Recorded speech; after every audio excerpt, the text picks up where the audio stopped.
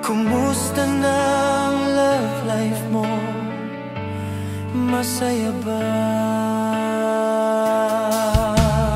Ex, bakit ang daya mo?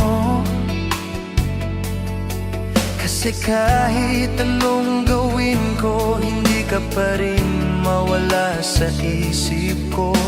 Ako kaya ex, sumasagirin ba sa isip mo? Ex, bakit ganun? Sa tuwing may kasama ka sa picture mo, masaya ka.